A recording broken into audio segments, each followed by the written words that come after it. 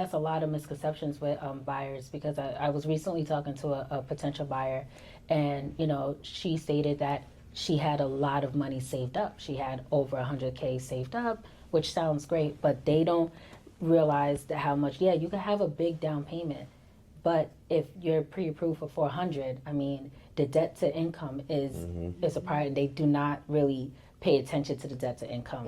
I've seen that a lot. They think, oh, I have an 800 credit score, I work, how come I don't qualify? Because the debt to income ratio is pretty cut and dry. You just add up your debts, including the new monthly mortgage payment, you divide it by how much you make gross, and there's your number. For conventional, it's got to be 50 or lower. So if you're at 55 or 60, you don't qualify. So you're going to have to drop the pre-approval amount. Exactly. And credit's another, that's one of the things, misconceptions I see is co-signers. Like, they're like, oh, my credit is X, 620, let's just say.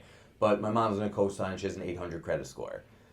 Unfortunately, it doesn't really matter too much because you still have to use the middle score of the worst person's score. So if 620 is the middle score of the worst person, then that's the credit score that you have to go off of when determining if they qualify. The 800 credit score really doesn't do too much. It's not like you're going to get a rate based off that score. You're going to get a rate based off the 620. So what does the cosigner help in that situation? Debt to income ratio is the biggest thing. So it basically says like this is your income as well. Yeah, exactly. That's exactly it. And you divide it by the total monthly liabilities, and then you get your debt to income ratio. But that's the biggest thing. Co-signing is for debt to income ratio.